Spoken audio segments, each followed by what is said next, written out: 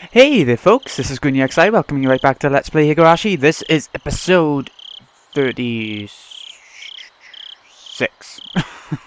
36.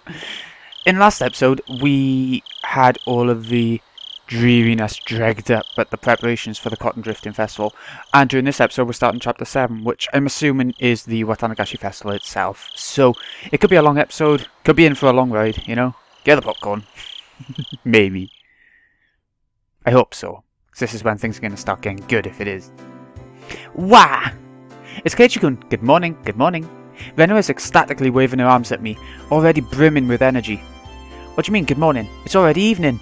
Just say hello or something. You derp. But that's the first time I've seen you today, so I think good morning is right. It's right. No, it's not, you bimbo. I got it.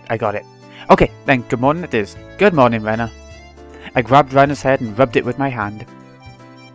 She squirmed, reveling in the motion like a cat. Hey Keiichi-kun. Kei-chan. Sorry about yesterday. I left without telling you. No, it's my fault. Sorry for making you wait so long. It was Keiichi's fault. Turd. Are you talking about setting up for the festival yesterday? How was it, Keiichi-kun? Did you do your job properly? You moved a couple of things, I think. The slight muscle pain throughout my body and my sluggish movements were already obvious. I did great. I'm pretty worn out now, though. I grinned dryly, and the three of us break out into laughter. Where's Satoko and Rika-chan? Are you meeting up with them at the festival? Yup. Rika-chan's actually been there since yesterday because she has such an important job. She didn't go home or anything, bloody hell. I think Satoko-chan stayed with her, so they're already at the shrine. Right, I just remembered. Today was Rika-chan's big performance. She'd been practicing especially hard for this day. As her friend, I needed to make sure I went and cheered her on. Alright, let's go right away. Yeah! Okay, here we go. You ready? Are you ready, guys? Excuse me. As we got closer to the shrine, we started passing by more people and seeing a lot of pocket cars. It began to get noisier too. I thought I could hear something like a Bond dance song. I remember when I went up the festival near me, and there were so many cars everywhere. This car park, because there were so many cars, they were blocking each other in. And they were going up on the pavements, up on the hills, and oh my god, it was madness. Without being able to restrain my impatience, I dashed up the entire flight of stone stairs. Keiichi-kun, you're going too fast. Wait for me. Man, Kei-chan, you're such a little kid. How are they going to change it up from last time? Last time they played games and stuff. Oh, I love the setting. Whoa, the shrine grounds. They were packed with people. It was a festival if I ever saw one. What do you expect to see? Wow, they went all out this year too. Amazing, amazing. They're coming from Hinamazawa. Huh? The bedridden old man from the Kimayoshi branch family is here too. I think that old guy went home from Watanagashi last year and stayed in bed ever since. Yeah, there were a lot of villagers here that I didn't really know. They must have all been pouring in just for today. Oh, it's Satoko-chan. Hey. Yeah. Oh, if it isn't everyone, yes, hello to you all. Yo, Satoko. There's a lot of people today. Don't get lost in the crowd, okay? She's a midget. Who do you even think you're talking to? Satoko too seems somehow energetic. Of course, I'm the same way. Huh? Where's Rika-chan? She still has free time, doesn't she? Rika has given her respects to the mayor and other important people. She shall come before long. I see. Rika-chan's the shrine maiden for today's festival after all. It's probably a pain for her to say hello to all the elders.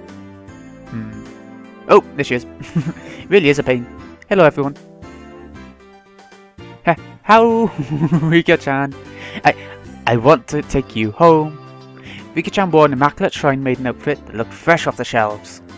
It was a perfect fit for her somehow mystical appearance. How's it fit? It's not too long, is it? My grandma gave me some safety pins just in case the sleeves are too long. Doesn't look too long. It's alright. Really is comfortable. As she spoke, she began to do some twists and stretches. It's great, it's so cute!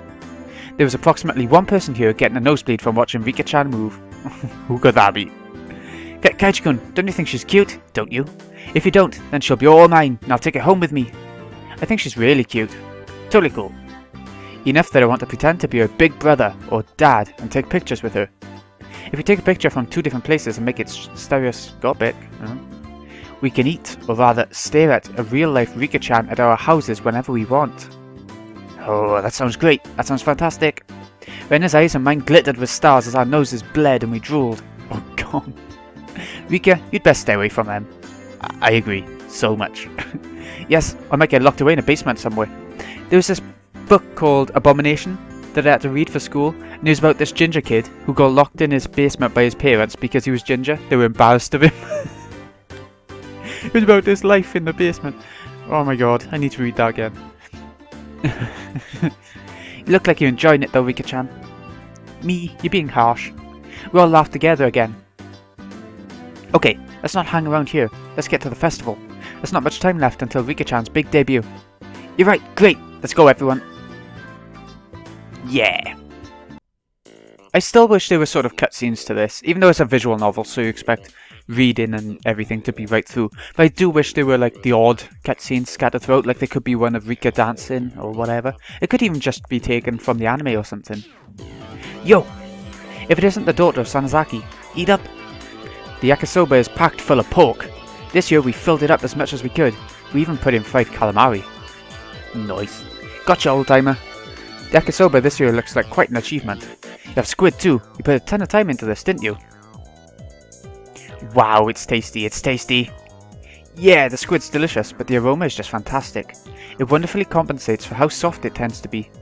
It's a delightful amount of squid and pork in it too. Yep, not bad at all, I say. Yaha! Kei-chan, you sound like you could walk into a cooking program and become the host. But you can make curry. Yeah. When I see Keiichi-kun acting like it's so good, it somehow tastes even better. I don't discriminate among delicious food. So anything that I say is tasty has got to be worth trying out, right? Then Keiichi, please give us your opinion of this yakisoba again. I'll do it in 2 words. Absolutely scrumptious. If I had a second stomach, I'd buy another one right now. Having heard my 3-star rating, a whole line of people suddenly formed in front of the yakisoba stand. They're listening to little kids. Wow, that's amazing. Kei-chan said it was so good the little crowd started to form. Not bad. It was nothing to brag about, but I still decided to stick out my chest and put on ears. Oh, is that so? Then perhaps I shall try it out. Mister, could I perchance bother you for one takoyaki? Sadako bought a stick of takoyaki, balls of fried octopus, from the adjacent stand, and after blowing on it, put one of them into her mouth. I'm glad it's explaining what the things are this time. It does explain what the Sadako is, but what the takoyaki is, because I would have had no idea. How is it, Sadako-chan? If you give it a good rating, then Rena will buy it too. Chomp chomp. Chew chew. Now it's time for the Hinamazawa Michelin judge, Sadako Hojo, to give her impressions. Meh. Though she was all for it a moment ago, Sadako hesitated to give her thoughts. Hey now, what's the matter? Everyone else takes one of their own and puts it into their mouths. Then it got gypped. Mine's bad too. There's no octopus in it. This takoyaki vendor. Could this be some sort of summer festival only, octopus-free takoyaki stand? An evil takoyaki stand that skimped on the octopus because they figured it would make them good money today. What a turd. Mine has some. Yeah, it's pretty good considering there's octopus in it. How am I supposed to explain that this octopus-free takoyaki is any good?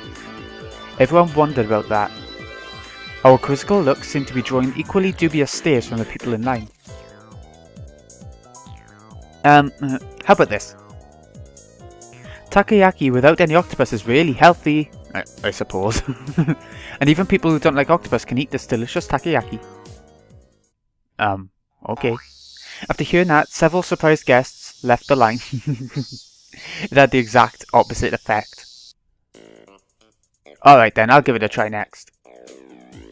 A self-inspired take on takoyaki, in which you can clearly taste the simple flavours of the flour, green onions and pickled ginger.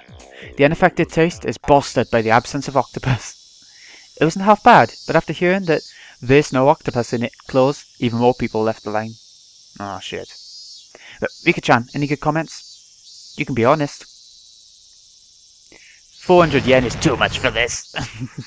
Gah! That was too honest.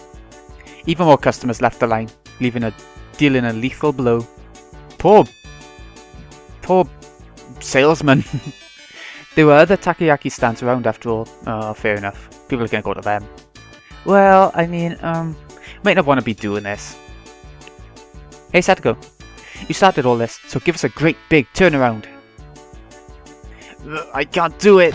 How do you expect me to lavish praise upon takoyaki without any octopus in it? That's true. Gah, you idiot. Satoko's angry outburst was the finishing blow. Ah, they've all left. Ack! The customer's all gone. Huh? The guy is staring at us. Why is that? Why is that? I wonder. There's no saving this crowd. Perhaps I, Keiichi Maibara-sama, will lend a generous hand. Ooh, you did it last time. Keiichi-kun, you could do it. We want you to save the takoyaki vendor who didn't put any octopus in. Don't smile as you say something so bitter. Alright, fine. This may be the only chance you'll get to see a pro at work, so watch carefully. Okay, let's see if we can do it. I shoved the stick into an octopusless takoyaki and crammed it into my mouth. As before, there wasn't any octopus in it, but Mion's had some in it. That was the important point. Oh, okay. The man who runs this takoyaki stand, he truly loves takoyaki in every meaning of the word. No, it could even be said that he adores it. Eh? Everyone gasped in surprise, including the takoyaki vendor glaring at us. This man truly does love takoyaki, and because he loves it, he doesn't want to create half-hearted random ones. Isn't that right? The takoyaki vendor looked down, unsure. Those watching were listening intently, wanted to know why octopusless takoyaki deserved such a high rating. By the way, if I'm saying takoyaki wrong, I'm sorry. I've said it a million times by now. Keiichi-san, if he really and truly loved takoyaki that much, why did he make takoyaki without octopus at all? Is he not betraying that very takoyaki? You may be right. In one sense, it's a betrayal. However, it's the best possible compromise this man could find. This man's making real takoyaki today, as he always does. However, only one or two of them on each stick are the real ones. Well, you're right. The one I ate had octopus in it, and considering it actually did have it, it didn't taste half bad at all. Right. That was a bona fide takoyaki. And as for the other ones? It was the biggest compromise he could make against the biases of the general populace, who all think that there needs to be 8 pieces on the stick, or else it's not real takoyaki. Sorry, I got hair in my mouth. I can't get it. There we go. That was disgusting. Huh? Keiichi-kun? I don't understand what you mean. Why is one of them the real thing, and all the other ones are fakes? Why? The secret lies in the octopus. Mister, this octopus, it's true Akashi octopus, isn't it? In recent years, the number of octopuses caught in Akashi has decreased, and their prices have risen drastically. The prices are now so high that you wouldn't think of using them in takoyaki. Then the man, who had been looking down this whole time, mumbled. Yeah, that's right. Akashi octopus, it's very expensive. But this man absolutely had to have the Akashi octopus. He could have bought much worse quality octopus for cheaper, as much as he wanted. He would have still been able to fool everyone. There are plenty of other scamming takoyaki vendors who claim theirs are from Akashi, even though they're not. But this man wouldn't accept it. He wouldn't tell lies. Akashi octopus are supreme. He would never relinquish this one stubborn conviction. This man loved takoyaki, that's why he never lied. Yet, there was one point that he absolutely had to compromise on. What might that be? The number. The popular opinion is that a stick of takoyaki should have 8 pieces on it. Even if it's a real Akashi octopus, he couldn't charge 400 yen for just 1 piece, could he? So what else is on it then, other than octopus? I don't know. If he didn't have 8 pieces, nobody would buy them. This man wept over it. Did he though? In order to make just 1 true piece of takoyaki, he wouldn't ever let himself lie through the other 7. Oh, whoa! The octopus-free takoyaki vendor burst into tears. I gently clapped one of his shoulders. No matter what anyone else says, I will never forget how genuine you are. You, sir, are a true vendor of takoyaki. You are the only one in the world with the right to call himself that. Oh, everyone's applauding him. As I embraced the shoulders of the man, shedding his manly tears, those watching delivered a round of applause, moved by my speech. Everyone, I beg of you, please, eat some of this true takoyaki vendor's takoyaki. If we don't treasure genuine men like this, then how can we protect the true path of the takoyaki? If nobody else will eat them, then I will eat them all! Will it work? What? Everyone watching is lining up! Oh my god, it worked! Keiichi-kun, you did it! You did it! I think it's more they thought Kei-chan's propaganda speech was interesting, rather than that the takoyaki actually looked good. Kei-chan, you could probably sell plain old rocks if you tried. He did amazing. He would go over well at the entrance of Akihabara Station. Rika, I've never heard of this Akihabara. Where is it? Absolutely stunned at my successful pitch, the guy manning the stall next to this one called out to me. Hey, you guys, do that for my sweets too. Great, you all get the gist of it, right? It's your turn this time, Renna. Oh god, here we go. Okay, I'll do my best. How? When apricot sweets are cold, they're very, very good. The apricot is sitting so quietly and nicely on top of the syrup. Oh, it's so cute. I want to take it home. It looks like she lost herself in this midway through. But a girl giving it such natural praise was itself bringing in some customers. A line was quickly forming behind Renna. This is amazing sales work, I gotta say it. Next up is the Okonomiyaki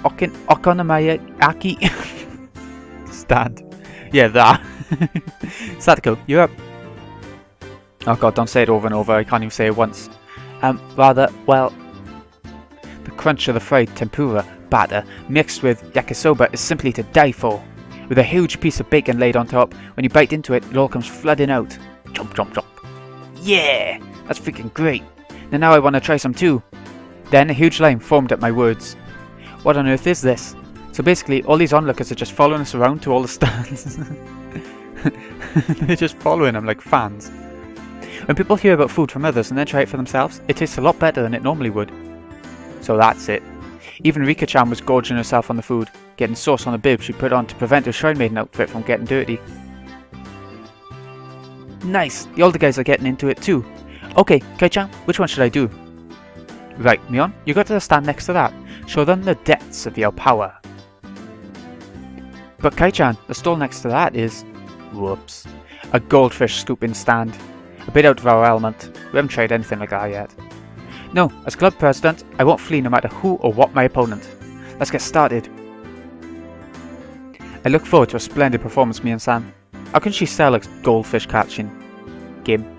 The onlookers were also watching me on with hopeful eyes. Welcome, welcome. Here's your net and bowl. Okay, here we go. The goldfish are energetic today.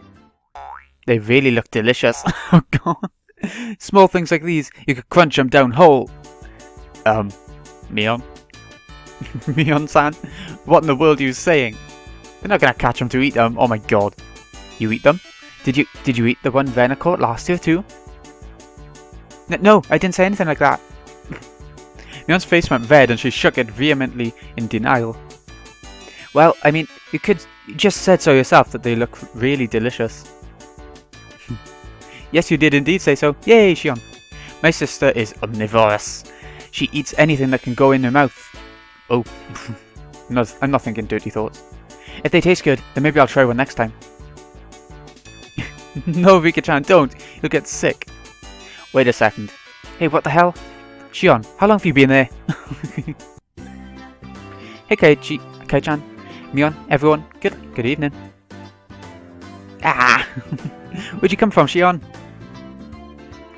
I've been here since the bit went the yakisoba. You were so loud that I found you right away. I bet you did. Jeez, you got nothing to do with this, do you? Go somewhere else already. Jeez, Mion, don't treat me so cruelly. Right, Kei-chan? You're okay with me being here, right? She asked, grabbing my arm and pushing her chest into it. Bounce. Keiichi-kun, you're a pervert. Your nose is bleeding. When you squish a jelly donut, the jelly comes out, right? It's the same. This isn't something I have any control over. Is that right? Then will more come out if I squeeze harder? Shion's, her cleavage, it's right up against my chest. Yeah! Shion, what the heck are you trying to do? How vulgar. I seem to have misjudged you. Shion seems like the classy one of the two, but... Up at my flat chest. Rika-chan clasps onto my other arm too. Rub. A plentiful, plump feeling on my left shoulder, and the sour sensation of a young, unripe fruit on my right. What the hell? This is just disturbing. Boom boom bang. Shion, Rika-chan, and I, our faces now bruised, fell to the ground, limbs sprawled. Well, it wasn't Keiichi's fault, to be fair. Nice job, Renna. Everyone's so dirty. How? Rena punched me. It really hurts. Rika-chan never gets hurt. What the hell? But Rika, you got what you deserved. Sheesh. Now that Shion was here, the energy around us had increased by 120%. Your friends are so much fun, Mion. I never get bored of them. Ah, right. If you weren't here, it would be way more fun, you know? Oh my god. I want to stay with you all, but if I continue seducing Kei-chan, my sister looks like she's literally gonna bite my head off. So I'll retreat for now. I'll be back. See you, Mion. Don't be back! Get the salt! Someone get the salt! Curse her! Curse her! After teasing her older sister so much, Shion ran away into the crowd of people and disappeared. I feel that I have borne witness to a rare side of Mion-san. The jealous side. When Mi-chan is with Shi-chan, she looks kinda cute. Rena smiled happily, earning her a whack on the head from Mion. Don't say dumb stuff. Let's get to the next stand already. Yeah, what else can we eat? Maybe the air rifles.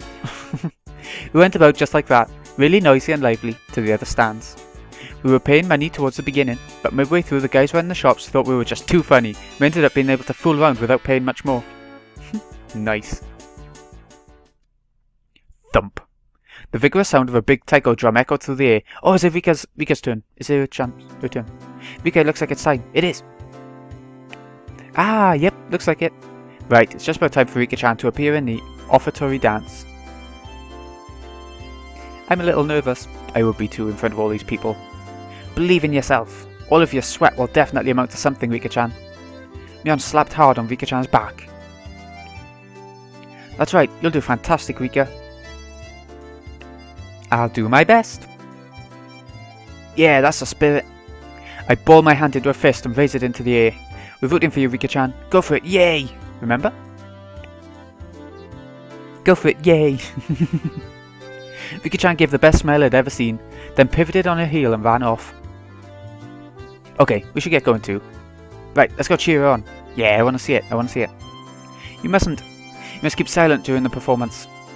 I got it, jeez. I rubbed her hand through her hair. She was worried about her good friend up to the end. Then we better hurry. All the good spots will be taken. Come on. Mion ran off and everyone else followed a moment later. A large amount of people had already clustered into the tight space to watch the edifying dance. Ooh, it's red. Wow, this is a lot of people. I turned around to look at everyone else, but nobody was there. Where did everyone go? They probably got lost among all those people. Finally, I spotted the back of Mion's head on the other side of the crowd. It definitely doesn't look like I can get over there.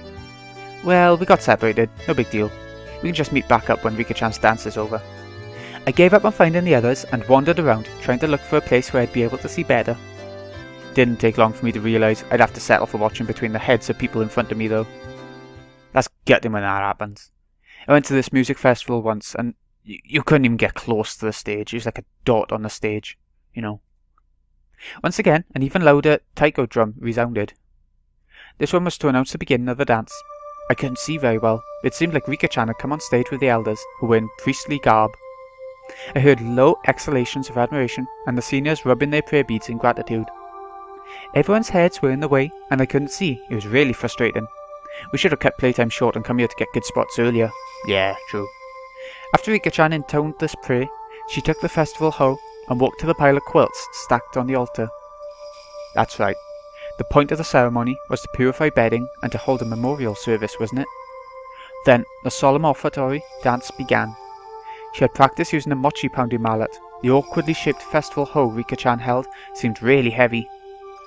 Back and forth, up and down, it was doubtlessly difficult to even lift in the air, but she sweated and waved, raised and dropped it again and again.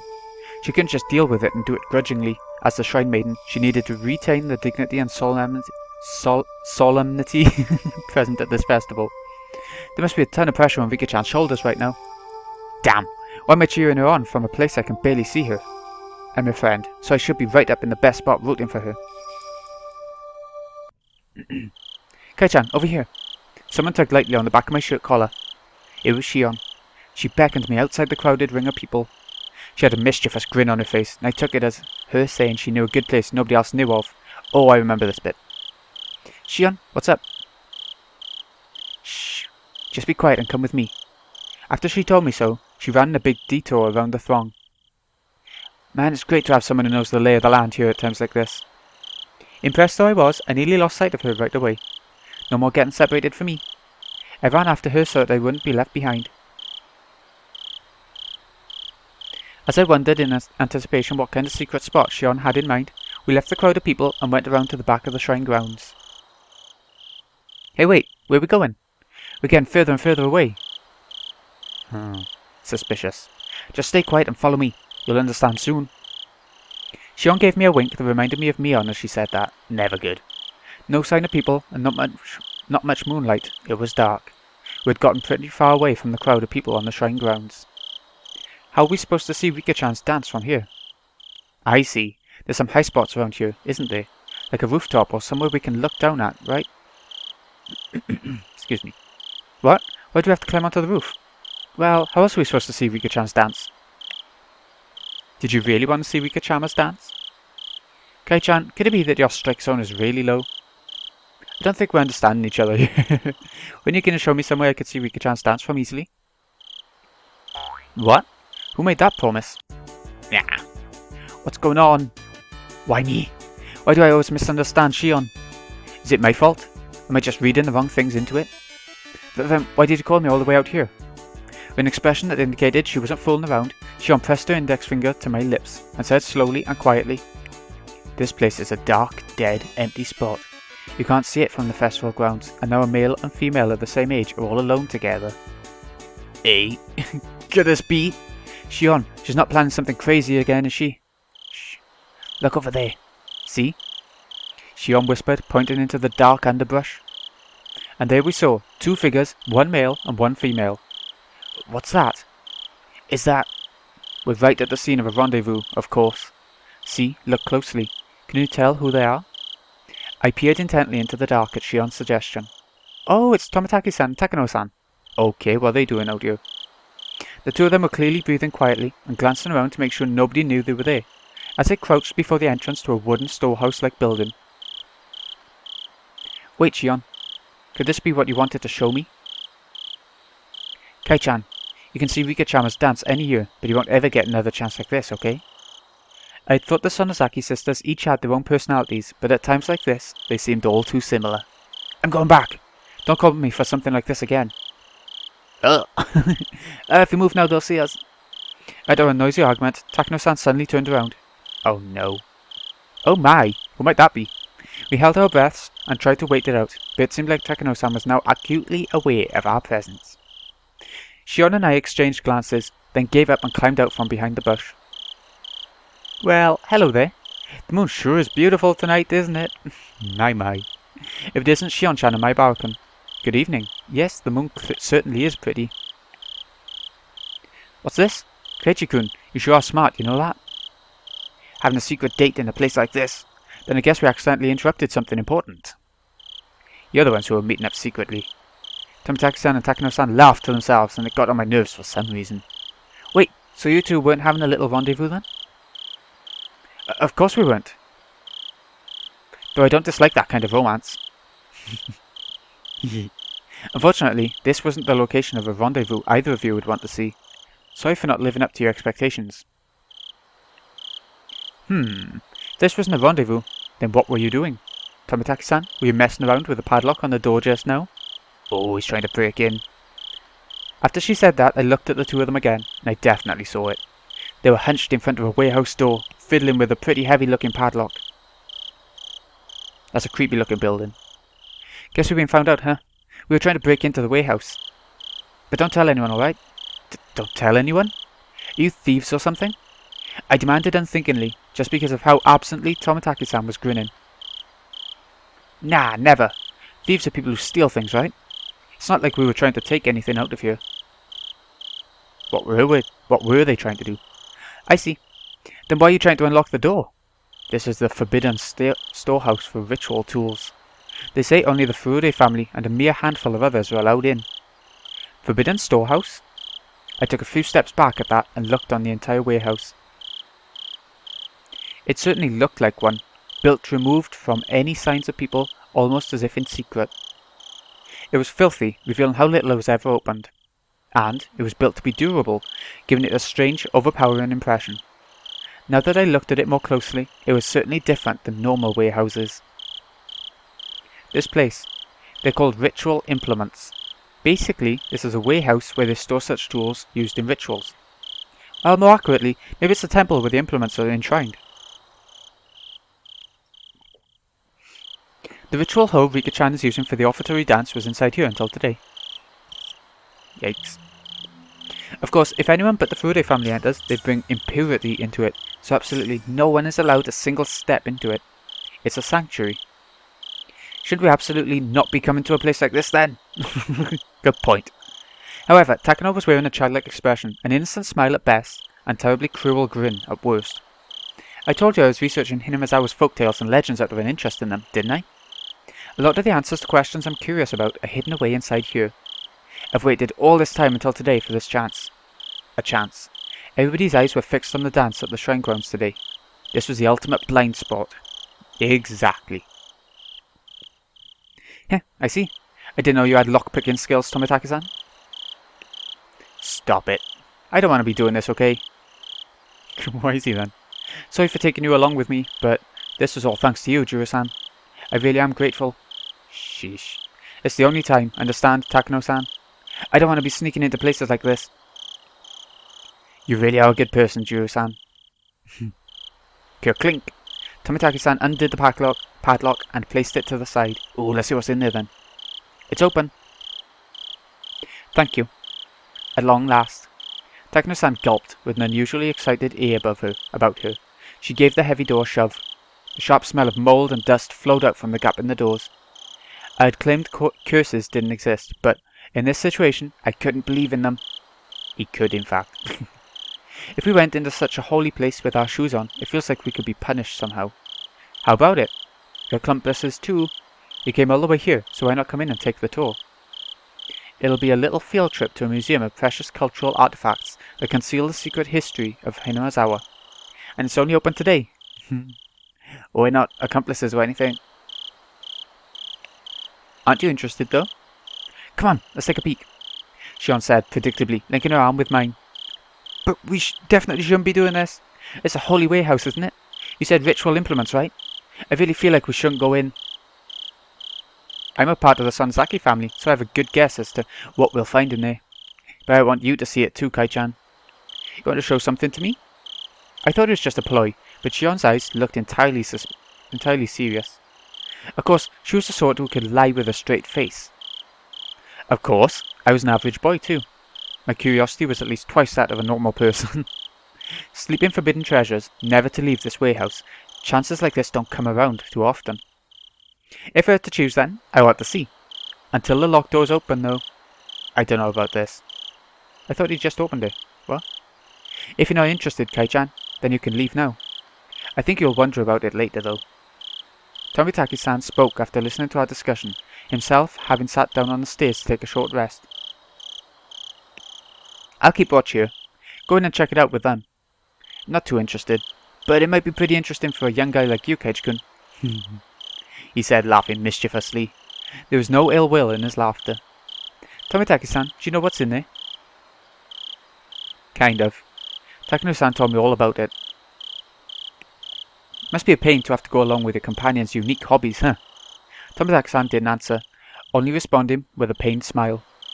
Takano-san had this kind of scary air about her, like she'd drop absolutely everything else for something she hadn't interested in and go straight for it, but Tomitaki-san, on the other hand, seemed like the gold standard of what a normal person should be.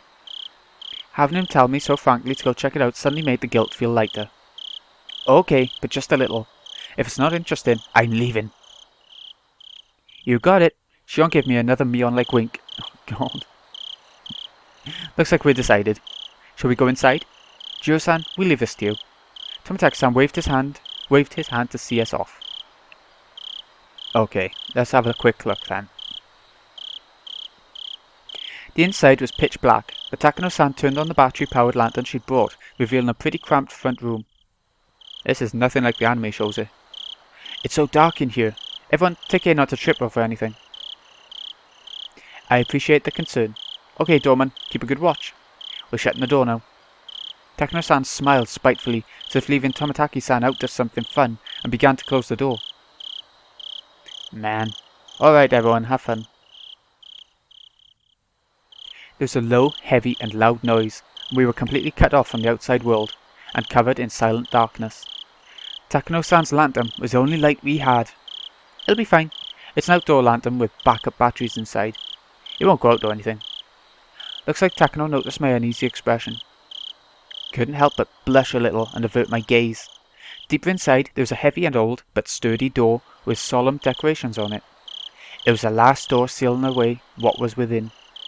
Strange how it has an antechamber even though it's just a warehouse, isn't it? I believe it's set up this way so that you open one door at a time, never letting the room with all the tools be seen from the outside. Takano-san explained this, awfully impressed by the construction. But still, it's really dark in here. Huh? That over there, it's... I spotted a circuit breaker hanging from a clump of wiring clumsily attached to the wall. Oh, here, isn't this the light switch or something? I flipped the biggest switch I can find, and with a click, a pitch-black room was illuminated by an old bare light bulb. Everyone scrunched up their faces at the sudden strobe-like brightness. They're supposed to be sneaking, aren't they? Don't! Before she even finished, Shion slapped my hand and flipped the switch back. There was another loud click and the room returned to darkness with only the lantern for illumination. Ow! You can't, Keiichi-chan. We snuck in here, remember? If you turn on the light, it might give us away. I'm scolded by Shion fairly harshly. So he should be a dick. It looked like she was worried about whether someone had seen them from the momentary light. It's alright. It was only for a moment. Takano-san remained a relaxed adult. It seemed like she was confident she could talk her way out of it if someone else did see us. Let's go in. Here we go. There. The even heavier door opened, and this time it wasn't just the dust that came out with the air. There was also a nasty smell. One smell was like opening a dust-filled cupboard in the back of a kitchen that hadn't been opened in years. And the other smell, the nasty one, was hard to explain, but it was like the raw odour of a fish market. From how the sound echoed, this room felt far larger than the first. Takano-san held up her lantern and revealed the contents of the expansive room. Whoa! At the back wall of the storehouse, right in front of us, was a Buddha-like holy object, standing there looking down at us. This is more like what the anime shows are like. I don't think it showed that front room in the anime. I was taken aback by its unseen force, lit up by the slender beam of the lantern. That's the guardian god of Hinamizawa, Oyashiro-sama. It's far grander than the one at the shrine. Oyashiro-sama. So this is the spirit protecting Hinamizawa. The one guarding the holy land of Hinamizawa from the impurities of the outside world, and the one delivering punishment after punishment upon those who attempted to sully the land with the damned construction. It looks like there are far more tools stored here than I thought, but... This is so sad. None of them have been maintained. How unfortunate that they're in such a state. Even in the dim light, I could see a lot of strange objects lining the walls, ceiling, and shelves. Takano-san, speaking as if in a trance, was infatuated by the various implements filling the dark room. They weren't very festival-like or traditional, but instead, this was more like the workshop of a blacksmith or a carpenter. There were a lot of large wooden and metal tools packed in here. Putting it bluntly, it was all pretty boring stuff. I'd imagined there would be more artistic things in here from the Heian period, but these were a far cry from being cultural artifacts. My expression betrayed my dashed hopes, and they caught on right away. Oh, is this not interesting for you? I'm not into literature or art, so I can look at this stuff, but I don't really understand its value. Foo-foo. Keiichi-kun, you really do look like you don't get it. I guess it's only natural. Takano-san reached into a paper bag that she'd been holding the whole time, took out a worn scrapbook and began to flip through it. Then just for you, Keiichi-kun, I'll tell you an old story. It's a common tale in this region. If you go to the library, it would even be on their recommended reading list. Telling stories in such a dark, creepy place? She must have a horror story in mind. Shion's face bellied nothing but calm. If she had the same personality as Mion, she'd have found fault with me being scared. I'll endure it for now and pretend to be calm. Okay? Alright, I'll read it. After confirming that I was going to be quiet and listen, she began to speak softly like a kindergarten teacher reading a picture book. Long, long ago, in a certain village in the mountains, there was a swamp. This swamp was very, very deep. Some even call it bottomless. People said it was connected to Hell, or the land of demons. The rumours said that it was deeper than the ocean, that anyone it swallowed would sink into the underworld. A bottomless swamp. Onagafuchi? Yeah, his name is Onagafuchi. Wait! I thought back to the story I heard yesterday about the sacrifices sinking in the bottomless swamp. Could that be the swamp she's talking about? So then the village was Hinamizawa, right? You catch on quickly. That's right. Though it was called Onagafuchi Village at the time. Onagafuchi Village. That's a pretty inauspicious name. It evokes quite the image, doesn't it? I hear that the name was changed in the Meiji period. The name of the swamp connected to Hell was called Onagafuchi, which meant the Demon's Abyss. And the true name of this village, Hinamizawa, was Onagafuchi Village. The villagers belonged to that abyss, or to Hell, in other words. They lived their lives worshipping the swamp set to connect to it. But then, one day, demons began to appear, one after the other, from deep in the swamp. The villagers feared that Hell was overflowing. Ooh, blood! The demons mercilessly attacked the villagers. They could only watch in fear. They could do no more than hide themselves and tremble. So did someone exterminate them? Unfortunately, there is no Momotaro or Superman in this fairy tale. Then, did they get the whole village together to fight them? Heavens no. The villagers weren't nearly strong enough to fight on equal terms with the demons. Then, the only recourse would be to flee the village. They couldn't do that either. To the villagers, it was their beloved homeland. It didn't matter how terrifying the demons, they wouldn't have run away so easily. Then what did they do? Wouldn't they just get wiped out? Unable to fight and unable to run, all they could do was wait for the village to be destroyed. Then, when everyone had lost hope, their god, Oyashiro-sama, descended unto them. I see. So Oyashiro-sama came down from the sky and beat up all the demons then. You're such a boy, Kei-chan. You always jump straight to using force to resolve things. Shion sighed, a little annoyed. Embarrassed, I held my tongue. The thing about Oyashiro-sama, he wasn't a violent god who could beat them up, like you're saying. He was a kind god, filled with love and benevolence. The strength of Oyashiro-sama, descended from the heavens, couldn't be compared to that of the demons. They didn't even fight, they simply prostrated themselves before his radiant authority. Oyashiro-sama urged them to go back to Hell from whence they came, but the demons wept and challenged him, saying they could never return. The world of the demons, too, has harsh commandments. They claimed they had been banished from Hell. Demons, who didn't have a place to go, either in Hell or in the human world. Of course, they were at fault for attacking the village. They deeply reflected on it and were sorry. As the villagers conversed among themselves little by little, they came to pity the demons, and, after talking with everyone in the village, they decided to live alongside them. A lot of fairy tales have them being exterminated or driven away, but you don't often hear one where they live in peace. You're right. Demons are supposed to symbolize all evils. A story where they decide to live together with humans is certainly strange. When the demons first heard the villagers' invitation, they doubted their ears, but soon burst into tears of joy. The villagers had given them a place to live. It was said that in payment for this good deed, the demons shared their many kinds of power and secrets with the villagers. Oyashiro-sama was very pleased with this happy exchange. He gave the demons the bodies of humans so that they would be indistinguishable from the villagers.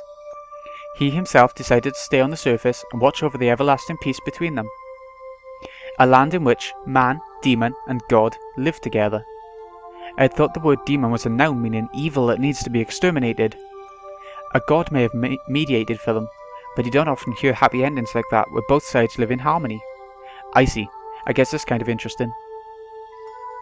Although the normal fairy tale ends there, it was revised quite a bit during the Edo period into a much longer story. After that, the humans and demons intermixed, and eventually there was no difference between them. So the demons ended up disappearing? No, not at all. Half of them stayed just as they were. The knowledge the villagers had received from the demons basically made them into something inhuman, what people call transcendent. They were well aware the power they had was hearsay, and as those below worshipped them, they lived out their lives in secrecy. This story is the root of many derivative tales and pieces of fiction. It's the foundation, I mean. The basis. What do you mean by root? She means the part about the villagers having demon blood. What I mean is, all of the legends from around here are based on the premise that the villagers are descended from demons. There's a hint of amusement in Shion's face as she said that. It was like she wanted to say that she too had demon blood in here. Is there any proof though? Maybe it's somehow rooted in historical fact beyond just fairy tales. Oh, my Barakun, then do you believe that demons really did come out of the swamp and breed with humans? Well, it's not that I don't believe it, but when she said demon, she meant the ones from hell, but in ancient Japan, the word wasn't necessarily used to denote only that kind, right? The more well-known use involves the drifting foreigner theory. As the story goes, Westerners who were shipwrecked in nearby seas had such markedly different customs that they were called demons. Japanese people were relatively similar in appearance to other Asians, but everything about those from the West was different. Their physiques, their faces, and their skin colour. In Japan, terms like red demon and blue demon evoke images especially for Westerners. Lacking in skin pigments, Westerners would sunburn easily and turn red. Being fair-skinned, I think blood vessels appearing on the skin would look blue too. A handful of accidental aliens would drift into Japan and came under persecution. Ah, no, what I press? No, get off. No. Oh, okay, there we go. Sorry. A handful of accidental aliens would drift into Japan and come under persecution, being called demons. They would flee into the mountains to survive, turn into bandit groups and attack villages for food and the like. How's that explanation sound? Maybe it's a bit childish. Takano gave me a weird smile when, having come up with such an impromptu hypothesis, I unconsciously followed it up with self-deprecation. Still, she didn't smile as if to make fun of me. It's not ridiculous. There are a lot of people who subscribe to the drifting foreigner theory. Even so, nobody actually knows what happened.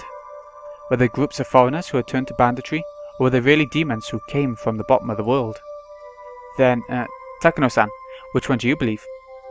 The truth of the matter aside, I'd rather believe the more fantastic explanation. It's more fun that way, isn't it? Her answer made her sound a wee bit like a romanticist. Here I thought she'd reject unrealistic stories like that.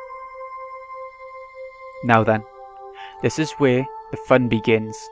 Takano-san brought an end to its storytelling and waits for a moment as if to tantalize us. Suddenly Shion looked around as if something had caught her eye. Her head bobbed to and fro like she was making sure nothing had changed. What's wrong, Shion? I'm sorry. Please don't worry about it. Shion pretended as though nothing had happened. Takano-san also made sure nothing had happened, then cleared her throat and broached the next subject. I explained that half of the villagers have demon blood. The blood, they actually say that it's the blood of the kind of demon that eats people. Man-eating demons? That escalated quickly. That blood still runs through the villagers' veins. They say that sometimes the blood awakens from its slumber. I thought the fairy tale had a happy ending, with the humans and demons living in peace, but began to suddenly change into a brutal, bloody story. Well, they eat people. They say that every decade or so, they can't help but want to feast on human flesh. The villagers can't eat other villagers, so when this happens, it's said that they descended on the human villagers and conducted onikakushi. What's an onikakushi? Broadly speaking, it's when a demon kidnaps someone, when a person is demoned away. Remember the first arc where Keiichi... When the first arc was called the demon abducting arc or something like that, abducted by demons. This is sort of it, the onikakushi. They say that the villagers of Onikafuchi would overwhelm unfortunate human villagers in order to kidnap sacrifices. Takano-san's explanation was plain and simple, but when I imagined what it must have been like, it was terrifying. They lose their human reason. The villagers turn into real demons en masse. They attack the villagers they loathe in the dirty world of the masses below. And then they kill and eat their sacrifices. So they're no different from demons after all. What did Oyashiro-sama do? Wasn't he supposed to be staying in the village and watching over them? Oyashiro-sama knew about it, of course. Onikakushi isn't indiscriminate. The villagers apparently never kidnapped anyone other than the sacrifices decided upon by their god. In the texts, it's usually one or two people. A village inhabited by those both human and inhuman. It was like the heart-warming episode's colours had inverted, like negative film. revealing the painful and ugly truth. Oh my god, my mouth is going dry and I'm finding it hard to talk.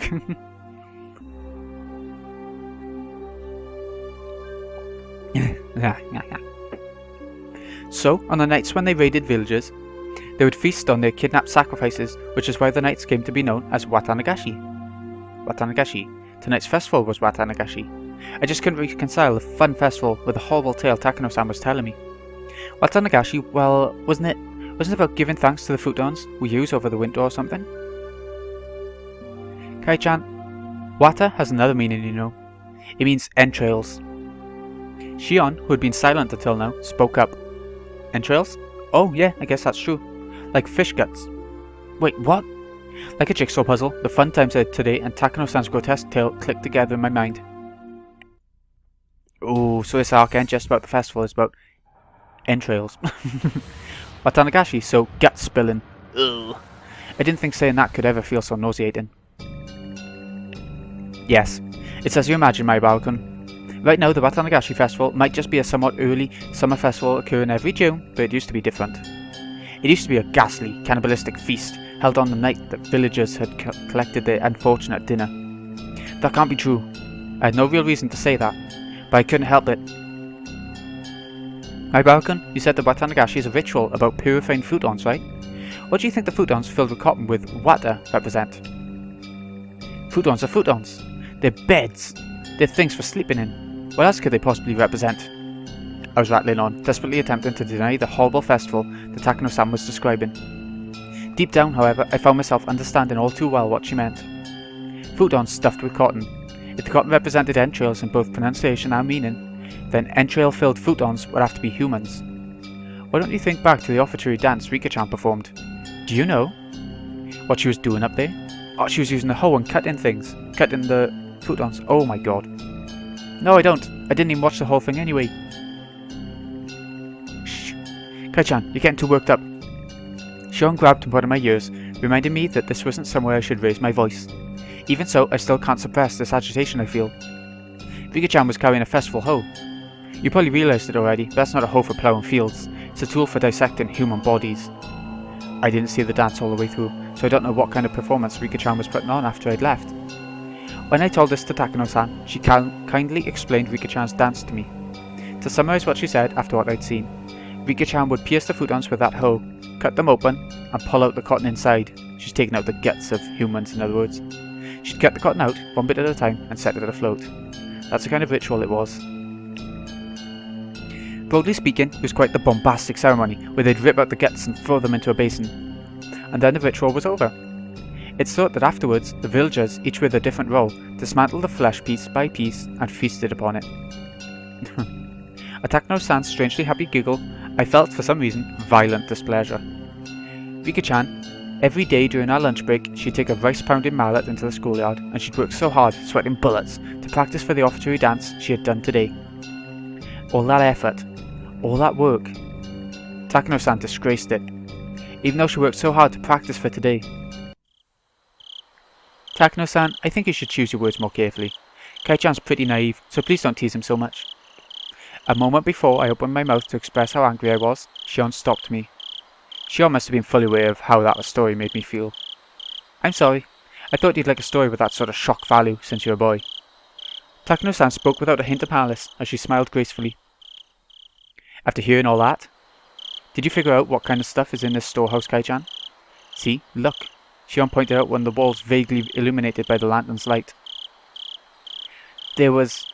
Mere moments ago they hadn't held my interest. They were just boring-looking tools lined up on the shelves. Ugh.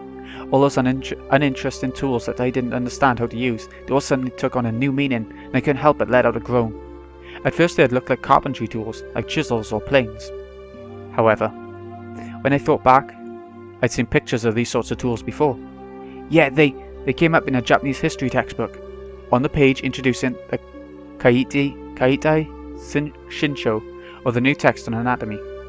These sorts of things, they're printed realistically in the literature of Germany, capital of the medical world. These aren't carpentry tools. These strangely shaped tools, they're for dissection. They're torture chamber tools. Everyone knows that in the Edo period, They would dissect the corpses of those who had been put to death in order to gain knowledge about Western medical techniques. Illustrations of the dissection tools they used at the time came up in textbook supplements. The things hung up on the wall all looked exactly the same as those. If you want a scarier way of looking at it, think of them as cooking utensils. Takano-san, holding the lantern, the only light source in the room, led us along the wall. She had the only light, so I had to walk after her whether I liked it or not. Look!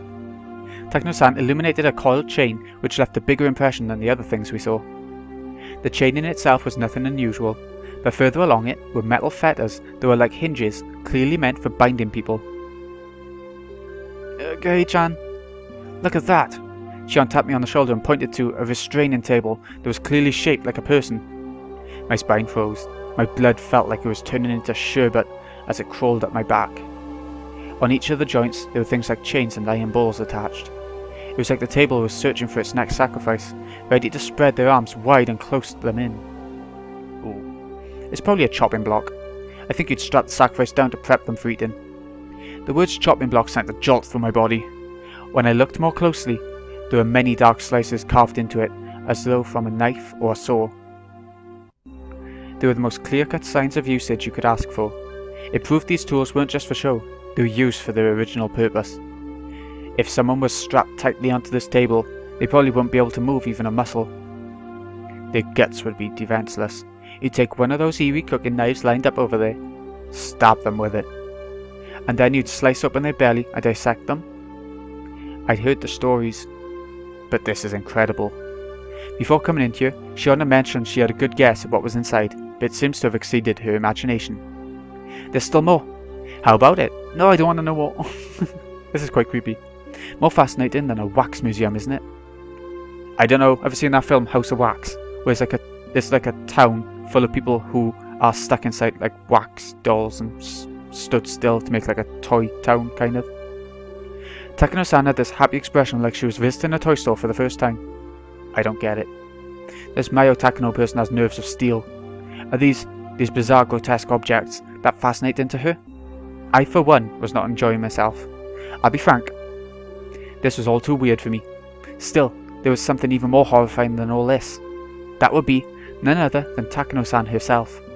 Takano-san holding the lantern, giving off such a thin beam of light, if she suddenly turned it off, then what would I do when, the next moment, everything went totally dark? That's why I was scared. Takano-san had the only light, and anyway, I was scared. At some point, Shion had started holding onto my shirt sleeve. It was a little annoying to walk like that, but I didn't shake her off. That minor sensation allowed me to feel the presence of an ally, here and now. Before we had even walked halfway through the storehouse, the air I felt on my skin changed completely. These cruel tools lined up, all crammed together in this place. Some were horrible ones made to take away sacrifices' freedom, and some were tools made to efficiently disassemble and prepare the bodies for consumption. Those were just things I understood. There were plenty of other strange-looking objects that I couldn't even guess the purpose of. Now that I was here, I didn't have the slightest desire to hear the details about what sort of terrifying reasons they were meant to be used for. At the very least, they were all completely different from the sort of clean, simple killing function of a katana. Tools to kill people were, obviously, constructed in such a way that they could kill people. If that was the goal, then the person who used them on would, obviously, end up dead. The kinds of tools here, however, were different. The tools that were here were for cutting people, for crushing them, for boiling them and cooking them, and for grinding them. They were tools of torture. They weren't made to kill people. People dying was just an incidental result.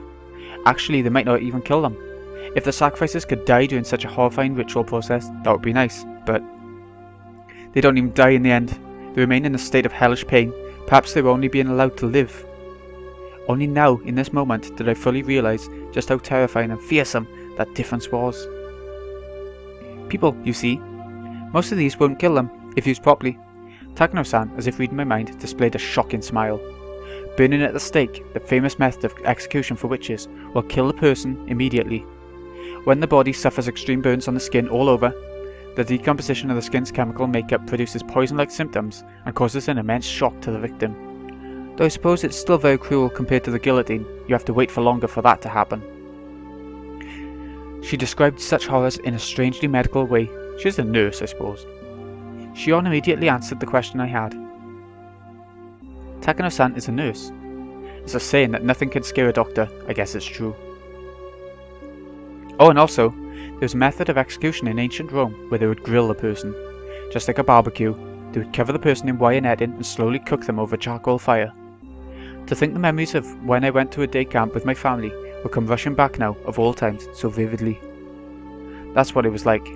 Apparently they wouldn't die too easily for some reason. According to one source, even if they roasted one side of a person to a crisp for an entire night, they would still be conscious and able to speak fluently. That's insane! You'd grill someone the whole day and they'd still be conscious? It's said that ancient Rome, famous for their executions, thought of plenty of ways to execute someone while having the victim stay alive as long as possible. That's disturbing. Among them, there was one method where they would open the gut, pull out the intestines like sausages, pull them up with a winch, and put them on public display. Shion was behind me, clinging to me. Not just because she was scared, she was protecting her stomach. She would think someone with their intestines pulled out would die instantly, right? Actually, as long as you do it tenderly and thoroughly. Apparently possible to pull out while the person is still conscious.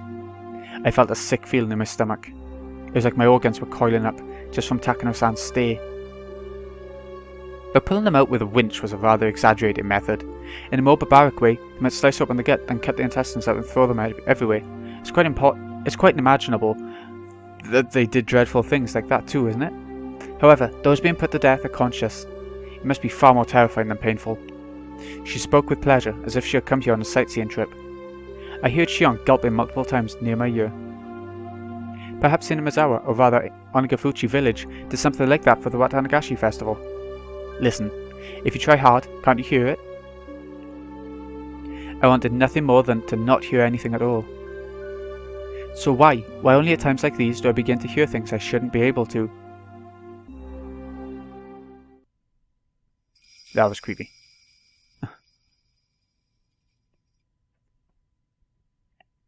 Takano-san, having realised she'd scared Shion and I enough at this point, smiled soothingly.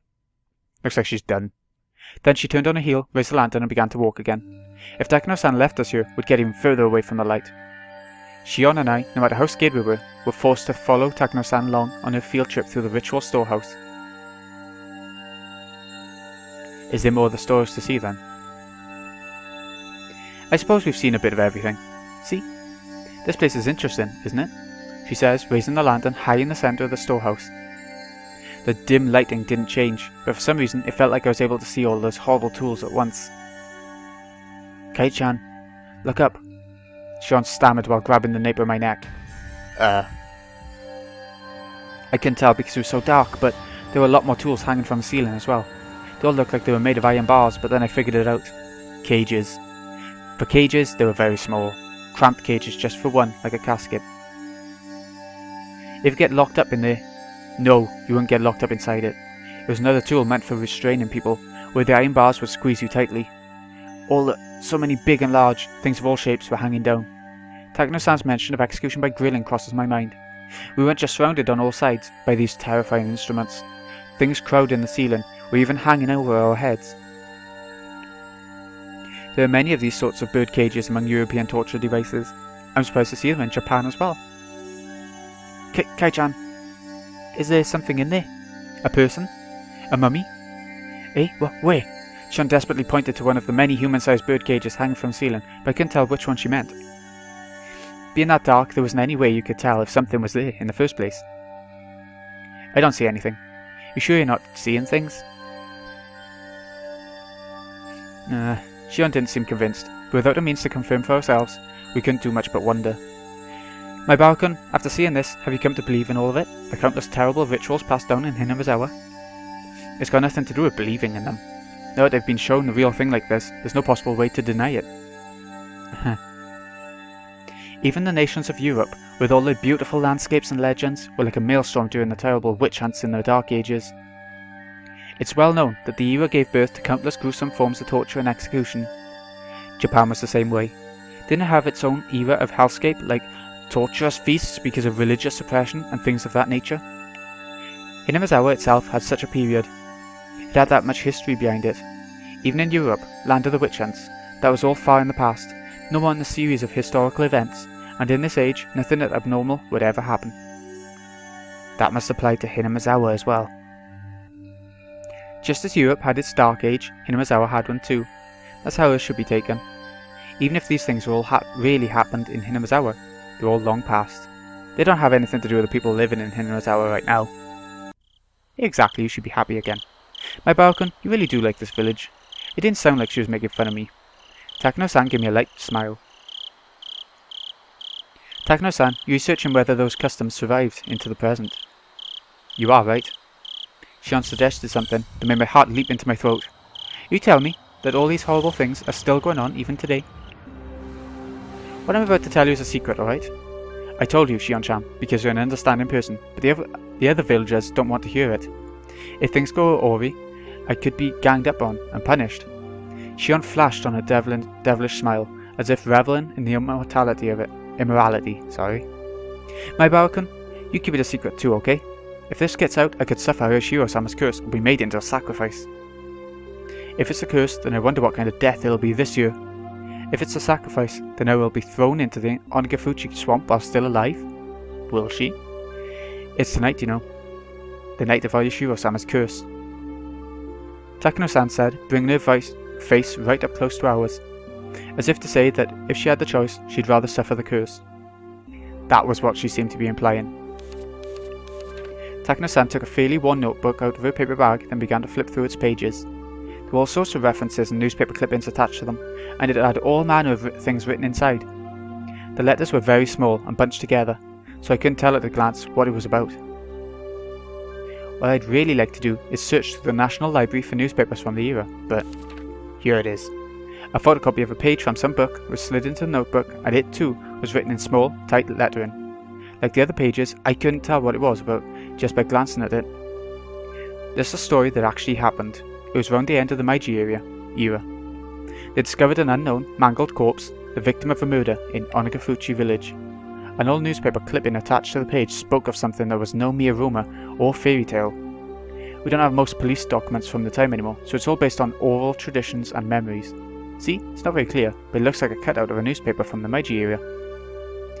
Never before has there been a corpse treated with such cruelty and inhumanity. Could it be the work of a demon? Being a copy of a copy is very hard to make out, but it was more than enough to make me feel strangely tense. Near the end of the Meiji era, in old Onagafuchi village, a mangled corpse was discovered. The identity of the corpse was unknown. It wasn't even in a state where it could be identified in the first place. It was missing a head, and each limb was separated from the body. Skin had been peeled off the entire body. There were markings that implied terrible torture in every place imaginable. Not only that, but the belly had been cut open by a sharp knife, with the entrails completely dragged out.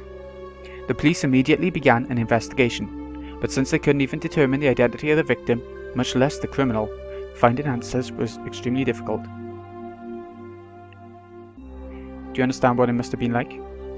I couldn't imagine such a strange sight, even if I tried. This was the first time I was ever thankful for my lack of imagination. The victim was skinned while still alive, underwent all kinds of torture, and was killed brutally. The author here also thinks that even after death, the remains were divided and dissected even further, the epitome of inhumanity.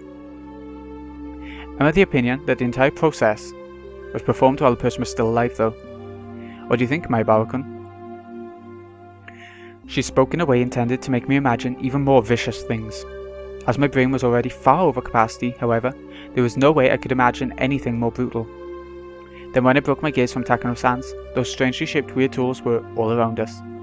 I wonder if you could faithfully reproduce the mutilated corpse discovered at the end of the Meiji era with the tools found in this place. I want to deny it. I don't want to admit that something so terrible could have happened at all. Even so, they were so strange, so terrifying, these tools, and as if they had seen through my attempt to escape from them, they did nothing but ridicule me silently. So, that creepy incident, what was it in the end? The author says that, regarding Onagafuchi village's dreadful customs, they've survived into recent post-Meiji days, and that perhaps they lasted until around the beginning of the Showa period. This corpse, which at a glance had been brutally killed after a period of torture. In actuality, however, it was the pitiful sacrificial remains of the man-eater's terrifying feast. The corpse was just leftovers. It was so fantastic, so strange, it didn't feel real. Was this an extension of the legends too? It happened in the Meiji era though, which is just too recent to be called a legend. Also, there's a newspaper clipping right here suggesting it. Okay, but even if it really happened, it was a long time ago, right? I mean, the Meiji era ended 100 years ago. That's all. Only 100 years ago. Besides, it kept happening even after the beginning of the Showa period. Like with the uproar around the post-war canned flesh incident. Oh, I apologise. That story was taboo, wasn't it? Okay, give me a sec. My mouth is going really shitty, so I'll be back now. Oh my god. Okay, I've had like a 10-minute break, so oh, it's such a long part. Takano-san immediately stopped talking, as if worried about Shion. Shion briefly looked somewhat angry, but that expression soon disappeared. Huh? Takano-san, what did you just say? Canned flesh?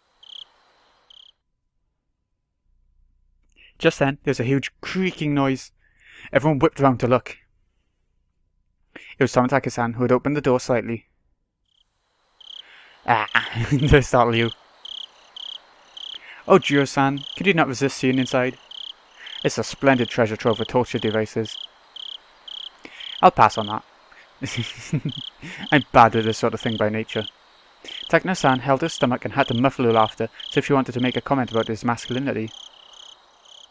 In any case, the dance and ceremony are over, and everyone's going down to the stream. The festival will be over within minutes. Oh, that's no good. My Baoken is just such a good listener that I couldn't help telling stories. I'd really rather you not mention me in a place like this. Jiro-san, could you wait up front? I want to take a few pictures. There are actually a lot of tools I'd like to bring home, but we obviously can't do that. Takano-san took camera out of her paper bag and began to snap photographs. She looked like she was having fun, like she was on a scavenger hunt. Koji-kun, you leaving too? I've seen enough. Shion, you're good too, right? Let's get out of here. I want some fresh air. I would too. That place is disgustingly horrible. I agree. Let's leave. I did feel a bit of hesitation at leaving Takano-san by herself in this darkness. When I thought about it though, I realised that whatever kinds of evil spirits and ghosts lurked in the darkness, none of them could hold a candle to how scary she was. Even if a phantasm were to appear, she'd be overjoyed and flash a camera at it. Project Zero style. It seemed like Shion shared my somewhat rude mental images. We exchanged glances and smiled painfully. We left Takano-san there, bathed in her strobe camera flashes and decided to go leave the ritual storehouse. Yay, back to the festival! Everyone at the festival seemed to have gone to the stream, so the voices were very distant. The voices of the bugs, on the other hand, were clear, landing an empty feeling of isolation to the place. Ah, they're not putting the cotton on the river then, they're missing out. Keiichi's missed out on so much this year. How was it? Interesting? Tomitaki-san gave us a somewhat mischievous grin. He should have been able to tell by looking at how pale our faces were. I should have kept watch outside with you, Tomitaki-san. Tomitaki-san laughed so delightfully that it wiped away our dark feelings. How'd you fare, Shion-chan? Were you scared? I was prepared for it, so I wasn't too afraid, but seeing the real thing was powerful. Shion spoke like she wasn't scared at all. She really had been quite afraid, but seeing as how I was in way worse a state than her, I didn't have much room to talk. As Tomitaki-san grinned candidly, my mind, exhausted and locked up by nervousness, began to calm itself. Was Takano-san an adult about this little expedition? You know how she seems like a child sometimes. I was worried she'd be way too excited. Both Shion and I laughed and left that as our answer. Hopefully she was only looking at things. I'm worried she'll sneak something out of there, or mess with the ritual implement too much and break it or something. Right, that's quite possible. She's alone in there right now. She might pilfer something small and easily concealed, hiding it in her pocket. Ah, yeah, I can see that. Shion said what I was thinking. You're sure she didn't break anything? I could clearly hear some noises like someone jumping up and down. I was getting pretty nervous. Was they? I'm sorry. I ran out of film. Jiro-san, if you have any more, could I use some? Takano-san suddenly appeared while we were talking about her, taking everyone by surprise. Tomitaki-san smoothly grinned and responded as if nothing had happened. He's pretty mature. Ah, I'm all out of spare film. Sorry about that. Jeez. You won't win any Pulitzer prizes by not stocking enough film for any occasion, you know. I suppose that's it, then. Tomitaki-san scratched his head apologetically. Without film, we're done here. Takano-san seemed to have given up because of that too. We checked carefully to make sure we hadn't left anything inside, then closed the door and turned to the heavy padlock we'd left beside it. Takano-san, you didn't sneak anything out, right? How rude. I try not to be that childish. Click-clack. Tomitaki set the padlock back to the way it was before. From a cursory glance, it didn't look like thieves had snuck in at all. Okay, let's get over to the stream ourselves. If we don't at least set some cotton afloat, there won't be any point in coming to the festival. Tomitaki-san spoke brightly, urging us all on, setting cotton afloat down the stream. I shake my head a few times, driving away my dismal thoughts as to the double meaning. Takano-san, looking a little let down, kept turning back to glance at the ritual storehouse. Let's just leave it at that, alright? You saw enough to sate your curiosity, didn't you? Oh, not at all. Everything I found only renewed my interests. All those stories and legends suddenly hold water. After today, I'm going to have to change the way I look at all this. Wow, she's truly indomitable. Her curiosity really is something else. Still interested in all this, through and through.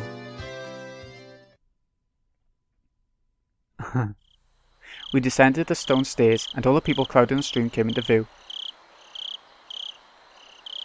Near the bottom of the stairs, we could clearly see people receiving cotton that had been cut out for them, then wishing upon the cotton and setting it afloat down the stream. The festival was already over. Damn, I missed my chance to photograph the best part of Watanagashi. Oh, but it's not too late. I'm going to go and set some afloat. Perhaps you could take pictures of me? Takano-san, with an impish expression, brought her head to Tomitaki-san's shoulder. Despite his age, he looked embarrassed. I felt an honest respect for Tomitaki-san, man to man, for dating such a handful of a woman. Goodbye then. Maibara-kun, Shion-chan. We're going down to the stream. Would you like to come with us? But she just said goodbye.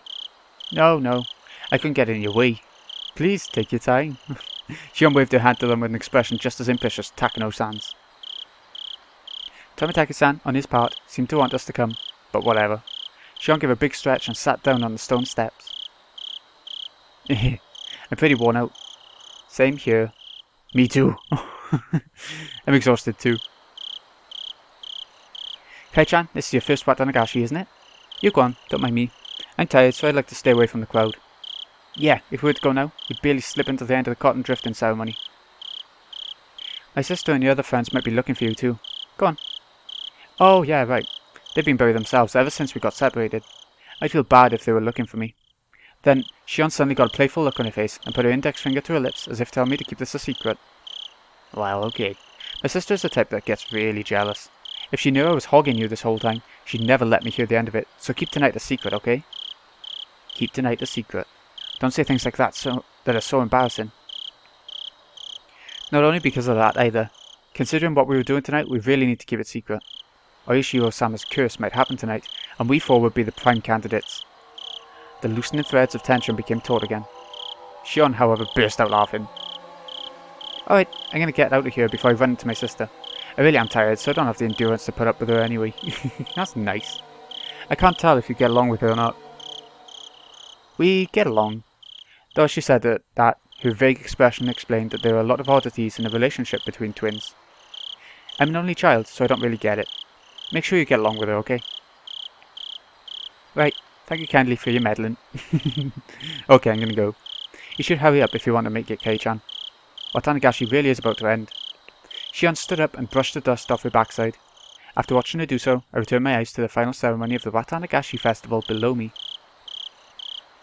Seriously though, what was that sound anyway? It was kind of unpleasant and creepy. Huh? What sound? The sound. You know, the banging noise. It was really loud, wasn't it? I was giving her a blank expression, so Shion stared hard at me. I stared hard at her too. Sorry, Shion. Could you give me the short version? What was making noise? Wait, Kei-chan. It didn't bother you?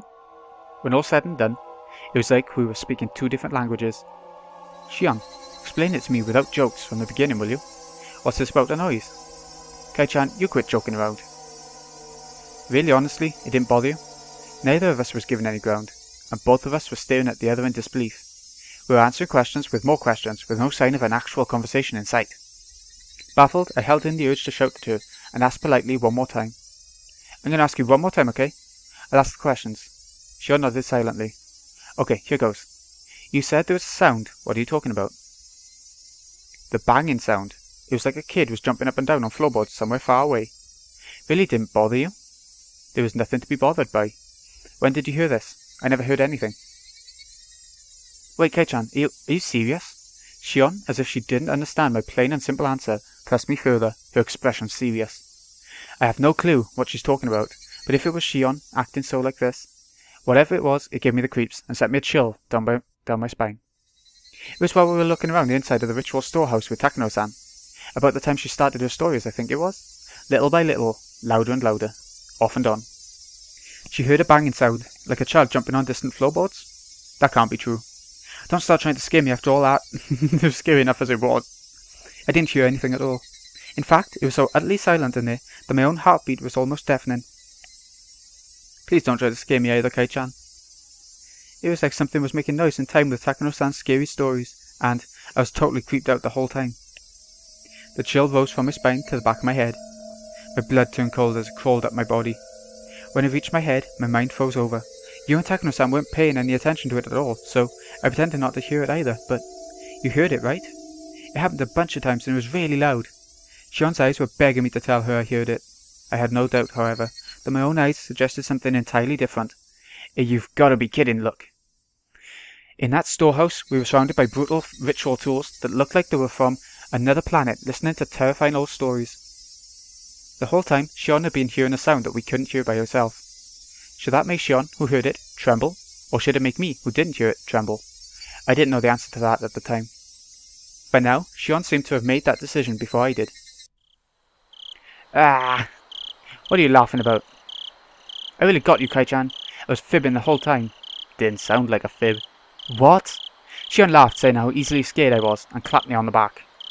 Her smile seemed somehow artificial, and actually made me feel worse. Then after leaving me with 2 or 3 generic diplomatic goodbye phrases, she left, almost like she was running away. All I could do was look after her, my mouth agape. At the end of the day, I didn't have a clue what was going on. Shion laughed it off and said she had been lying, but she couldn't possibly have been lying. Of course not. And now that I think back, Tomitaki-san said the same thing, didn't he? I could clearly hear some noises like someone jumping up and down. I was getting pretty nervous. Tomitaki-san, the most neutral party present at the time, had said he'd heard something. Then, that noise. It was real. The banging sounds. Sounds as though a child was jumping up and down on some kind of floorboards were far away. Or sure, Sam's curse, which happens every year, might happen again tonight. The most plausible victim candidates were Takano-san, Tomitaki-san, Shion, and me. The bustling of the people sounded further away than I would have liked, and the sounds of the insects sounded too close for comfort. I'm near so much human warmth, and yet I can't ever go back there again. That was the ominous idea that sprouted in my mind. Then, all of a sudden, I was pounced on from behind, causing my heart to lurch. Keiichi, we found you! It was Rika-chan. When I turned around, Mion and Rena were there too. Mion sighed and said, "We finally found you, now we just need to find Satoko." Everyone got split up this year. We should make sure we have somewhere to meet up afterwards next year. For sure. You're right, it's a festival so we should all be together. I listened to Mion's happy declaration with a little bit of guilt. Keiichi, did you root for me while I was dancing? Well, yeah, I saw it all. You did a great job all the way through. No mistakes either. Yeah, that's right, Rika-chan. That didn't count as a mistake. Oh dear. I tensed up as I realised I made a mistake of my own. Mion slapped a hand on my shoulder a little roughly. A gross sweat broke out over my whole body. Did you do it too, Kei-chan? Did you get some cotton and send it down the stream? You haven't yet, right? Is what I could feel her saying. Without the courage to tell any more lies, I lifelessly shook my head. Huh? You haven't, Keiichi-kun? You should go now, or it'll be over. It'll be over. Sorry, this is my first Watanagashi, so I don't really understand the rules and stuff. That's right. I'm sorry. Mion took my hand and we started walking down the stone steps. Hey, Keiichi-chan. What? Did you see Shion? My heart skipped another beat. Maybe Mion could sense my surprise through my hand. No. Oh, well, I sort of think I saw her. You two look so alike though, so it might have been you. You wouldn't have gotten that wrong. We're wearing different clothes. Exactly, you dick. Huh? Oh, that's right. Mion's momentary silence was like a death grip upon me. I just can't do anything about that, Shion. Well, it's her we're talking about, so we can just leave her be. Mion's expression returned to her former, usual smile, and we continued down the stone steps, her firmly pulling my hand along.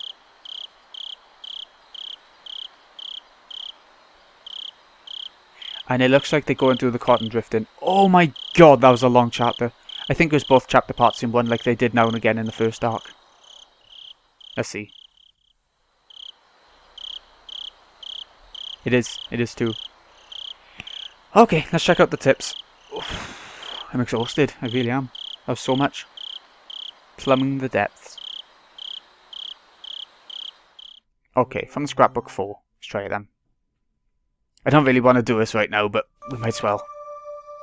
Watanagashi. The rite of Watanagashi is performed during a village festival every June, even now, but reading back to its origin turns up a seriously sanguine ceremony. Originally, Watanagashi would happen at fixed intervals, and after receiving Oishiro-sama's trust, they chose a sacrifice. Then the entire village would kidnap, demon away, the person and ceremonially dissect and devour them in a feast. The rules that determine the intervals are shrouded in mystery. It's because the ceremonies occurred extremely irregularly. There's a theory that it was determined based on astrological fortune-telling, but it isn't too convincing. The residents of ancient Onikafuchi village firmly believed that they were half man, half demon transcendents, and that they were more valuable than humans were, and they forced people within and without to accept that. Perhaps the act of kidnapping and eating people was done to prove that they were higher up on the food chain.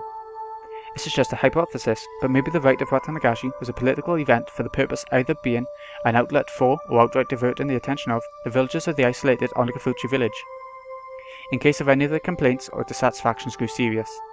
If that was the main reason these ceremonies were held, then it's easy to explain how erratic they were.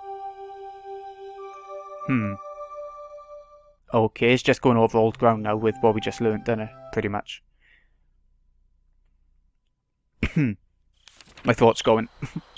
The alleged importance of the implements. Oh, okay. I can't find anything that gives a concrete description of what the ritual implements were like. They were, however, real, and they definitely existed in a multitude of different kinds. One source states that the implements used in the Watanagashi rite alone numbered 200. The obvious question then is why they required such a myriad of them. The rite of Watanagashi was to kidnap people through the demoning away, dissect them, and eat them. I believe the tools were for dissection and restraining, but 200 of them is far too many. I agree, that is a weird amount. Generally, tools involved in such a way as to reach a solution for such a certain problem. Once you've reached the ultimate goal, that is, attained a certain level of efficiency, the tool's evolution normally stops there. Regardless, why would they have created so many different kinds? One of the cultural elements responsible for diversification over time is that of entertainment. Tools used for entertainment would evolve over time and branch out. Unlike normal tools, reaching the ultimate goal would be more of a dead end, and in searching for the next goal, they would split into many different subtypes. So then perhaps it's not a stretch to suggest that these 200 plus implements had some entertainment value. This is just a hypothesis, of course, but maybe the human dissection process was viewed as a type of entertainment. The three families of old would develop one new implement, dissection tool, after another, and each was varied, novel, and attracted spectators to keep them from growing bored. It's not unimaginable. All of them have to be enshrined within that storehouse. There isn't much longer until the night of Watanagashi. Though its original intent has been lost, it will reveal the secrets of the traditional ceremonial night within the ritual storehouse. I can't restrain my excitement. Watanagashi cannot come soon enough. I think this is Takano doing the diaries, you know. I think it is, anyway. She sounds excited. Okay, last step. We're nearly there. After the festival. Oh, okay.